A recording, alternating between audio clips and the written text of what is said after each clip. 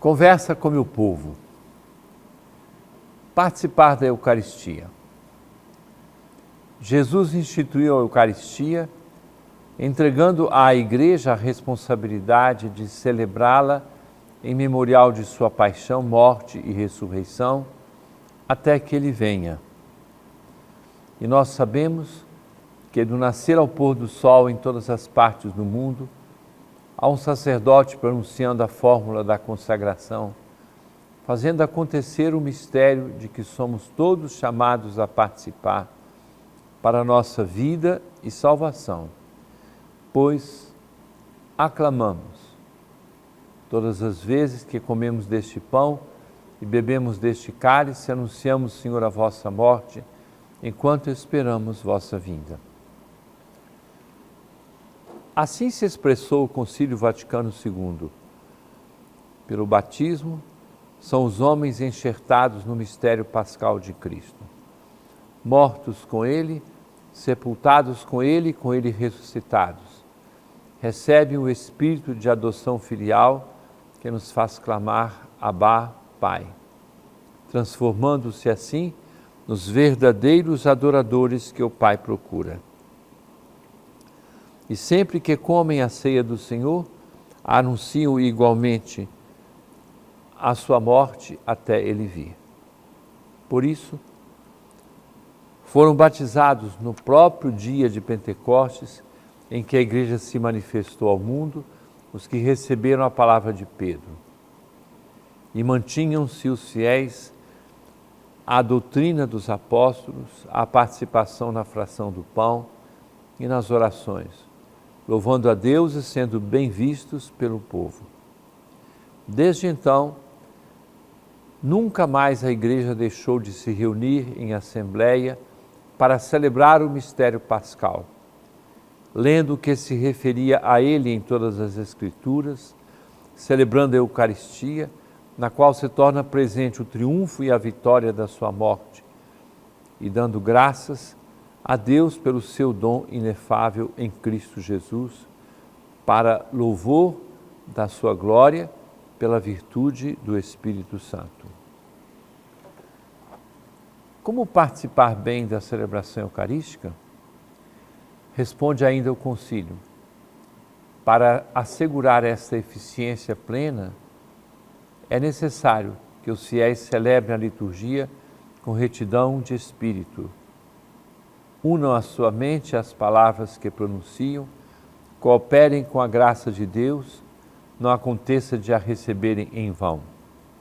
Por conseguinte, devem os pastores de almas vigiar para que não só se observem na ação litúrgica as leis que regulam a celebração válida e lícita, mas também que os fiéis participem nela consciente, ativa e frutuosamente. Celebrar a liturgia com retidão de espírito pede um caminho de conversão e de iniciação à vida cristã, com a necessária capacidade de distinguir o corpo e o sangue do Senhor. Daí a necessidade de um caminho de formação e catequese que predispõe as pessoas a se aproximarem da Eucaristia, unindo a sua mente às palavras que pronunciam. Participar conscientemente da Eucaristia pede também um respeito profundo pelas pessoas que ainda estão nas etapas iniciais do caminho da fé. Quando alguém se apresenta para um caminho de catecumenato, há de ser acompanhado de forma especial pelos agora chamados de introdutores, pessoas que fazem a ligação entre a comunidade cristã e quem nela é admitido. Catequistas bem formados poderão ajudar muito nesta aproximação progressiva, quando a pessoa se forma na escuta da palavra, da vida de oração, no cumprimento dos mandamentos e na prática da caridade, inserindo-se pouco a pouco na comunidade de fé. É magnífico ver pessoas que assim se dispõem a buscar a Igreja e a Eucaristia.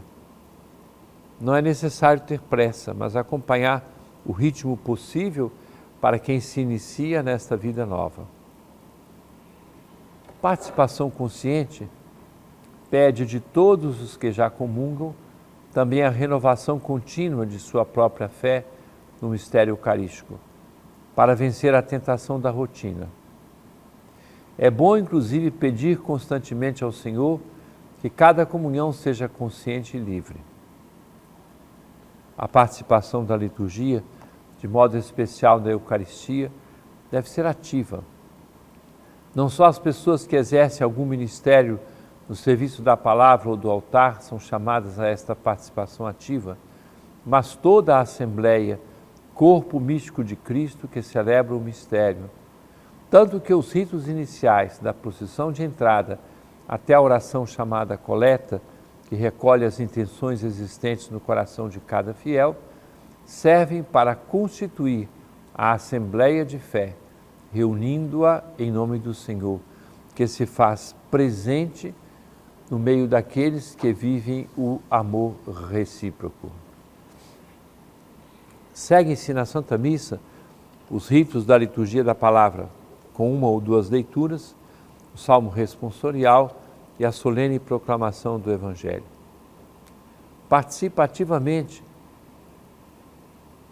quem exerce o ministério de leitor nas leituras, ou o salmista, ou o diácono, ou o presbítero, na solene proclamação do Evangelho. Ativa é a participação de quem exerce o ministério do canto, da música, com textos e melodias adequadas. E a Assembleia canta em uníssono ou alternando com coro e solista. Esta Assembleia se faz viva e atuante quando escuta as leituras ou quando se encanta com a seriedade da Igreja ao conduzir processionalmente o Evangeliário ao ambão ou mesa da palavra.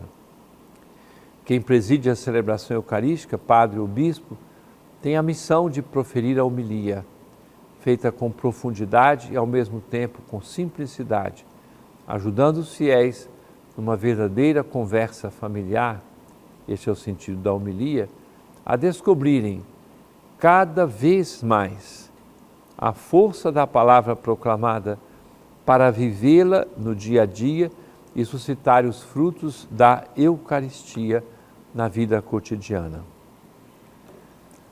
A Assembleia que celebra a Eucaristia dá sua resposta à palavra proclamada de duas formas muito profundas. Dá o seu assentimento ao mistério celebrado com a profissão de fé, renovada na Páscoa semanal dos domingos e nas solenidades, e depois com as orações comunitárias, proferidas em diálogo orante com a pessoa que propõe os pedidos da comunidade. E todos são, então, convidados à mesa eucarística. Primeiro levando ao altar os dons do pão e do vinho a serem consagrados, depois com a partilha dos próprios dons a serem transformados em gestos de amor com a própria paróquia e com os pobres. A liturgia eucarística é celebrada com o primeiro gesto, tomou o pão, tomou o cálice, que é a apresentação dos dons, que se encerra com a oração sobre as oferendas. Depois, agindo na pessoa de Cristo, o presidente dá graças com o prefácio que indica motivações da liturgia celebrada e depois a oração eucarística, tornando presente o mistério da morte e ressurreição do Senhor.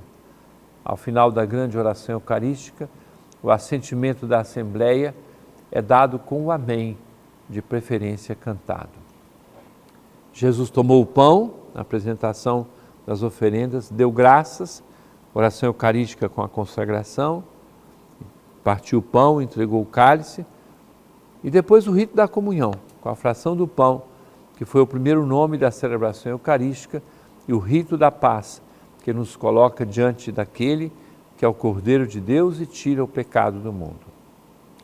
É sempre bom conhecer mais para participar melhor, chegando à comunhão com o corpo e sangue de Cristo, para que sejamos transformados naquele que recebemos. Com tais disposições, celebramos a solenidade do corpo e sangue de Cristo, Corpus Christi, nas celebrações eucarísticas e nas muitas procissões eucarísticas que realizamos neste dia, honrando o bem mais precioso da Igreja, Jesus Eucaristia. Caríssimo irmão, caríssima irmã, permaneça conosco, porque daqui a pouco estamos de volta. Conversa com meu povo. Caríssimo irmão, caríssima irmã, nós temos uma oportunidade privilegiada de diálogo, de conversa, através das perguntas que as pessoas nos enviam. E juntos nós vamos buscando as respostas que expressem orientação, jeito de viver, de colocar em prática a palavra de Deus e a doutrina da Igreja. Pergunta enviada por Laura Figueiredo, de Belém. Dom Alberto, quais são as virtudes para ser consideradas no processo de canonização como santo? O que é um beato ou um santo? É aquela pessoa que viveu de uma forma, chamemos assim, heróica, a modo de ser exemplo e sinal para a comunidade, que viveu todas as virtudes, começando na fé e na esperança e na caridade. Então a pessoa tem que ter vivido de uma forma séria, dedicada, profunda, independente da idade. Pode ser uma pessoa jovem, pode ser uma pessoa mais velha. Então, é a prática geral da vida cristã, não é 1, 2, 3, uma virtude ou outra, mas todas as virtudes, quer dizer, a vida vivida de forma que possa ser exemplo para todos. Nesses dias foi publicada que haverá a canonização do Beato Carlo Acutis, um jovem de 15 anos, que morreu, e no processo de beatificação dele foram verificar todas as coisas. Ele é considerado hoje padroeiro da internet, porque gostava muito de usar esses meios de comunicação, era um jovem do seu tempo, gostava do esporte, de tudo isso. E me disseram que, quando começou o processo de beatificação, uma das primeiras coisas que fizeram foi a verificação no computador que ele usava e também no telefone celular, para ver se, porventura, ele andava consultando sites daqueles que tanta gente consulta hoje, que não são aconselháveis para ninguém. E perceberam, ao fazer esse processo, que era absolutamente limpo de tudo isso. Quer dizer, um jovem do nosso tempo, um jovem interessado em atividades e coisas ligadas à eletrônica, a esses meios de comunicação, e ele deixa uma marca de exemplo, tendo morrido com 15 anos. É impressionante ver como isso significa um crescimento, um amadurecimento, digamos assim, precoce na vida cristã. Então, verifica-se o conjunto da vida da pessoa para ver se ela viveu realmente como exemplo, como sinal para todas as outras pessoas. Alzira Sampaio, de Belém.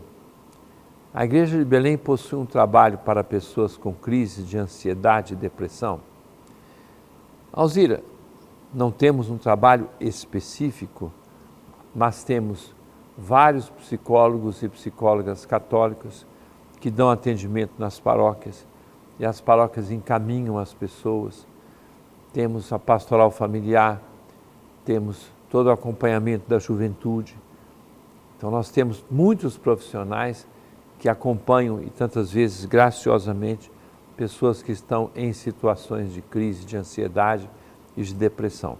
Não temos, vamos dizer assim, uma pastoral específica para esta categoria de pessoas, mas nós temos profissionais que atendem, e quantas vezes os bispos ou os padres indicamos esses profissionais para pessoas que pedem ajuda. Nós procuramos fazer isso. Catarina Nepomuceno, de Belém. A Arquidiocese de Belém possui padres exorcistas? Até agora não. Nós estamos formando um primeiro exorcista e depois uma equipe que vai ajudá-lo. E não posso ainda antecipar, mas houve um curso específico para exorcistas. Então, um sacerdote nosso foi participar, um diácono que vai fazer parte da equipe de apoio desse exorcista. Então, proximamente, nós poderemos dar uma notícia a respeito desse assunto. Por enquanto, casos que acontecem devem recorrer ao arcebispo ou a um dos bispos auxiliares. Adélia Reis, como é definido o tempo litúrgico da igreja? Adélia, a igreja faz assim: durante um ano, ela percorre todo o mistério de Cristo. Advento, preparando o Natal. E aí vai seguindo todo o ministério de Cristo, todo o serviço dele, todo o testemunho de Jesus com seus apóstolos e tudo isso, acompanhando os acontecimentos. Depois nós celebramos como o núcleo do tempo litúrgico da igreja, que é a Páscoa. A Páscoa, ela é comemorada sempre, você pode perceber que sempre a Semana Santa é uma semana de lua cheia, porque a Páscoa é marcada durante a quarta lua cheia do ano, né? Então, costume antigo, e assim existem as marcações da data da Páscoa. Depois, os domingos depois da Páscoa, Pentecostes, Santíssima Trindade, Corpus Christi e daí por diante. Então é assim que a igreja estabelece o seu ano litúrgico, não é girar sempre em torno do mesmo ponto. A gente gira, mas é como uma espiral. Quando a gente passa de novo naquele ponto, já devemos estar mais altos, crescendo, crescendo, cada dia mais na nossa vida cristã. Patrícia Cândido, de Belém. Um sacerdote, quando deixa o ministério na igreja, pode continuar celebrando a Eucaristia? Não. Se ele pediu dispensa do exercício do ministério, sei lá, pelos motivos pessoais que tem, e que a Santa Sé deu esta permissão, então ele é dispensado também do exercício do ministério. Ele não vai exercer o ministério e não pode, então, celebrar a Santa Missa, presidir a Santa Missa. Caríssimo irmão, caríssima irmã, desça sobre todos a bênção de Deus Todo-Poderoso, Pai, Filho e Espírito Santo, e permaneça para sempre. Amém.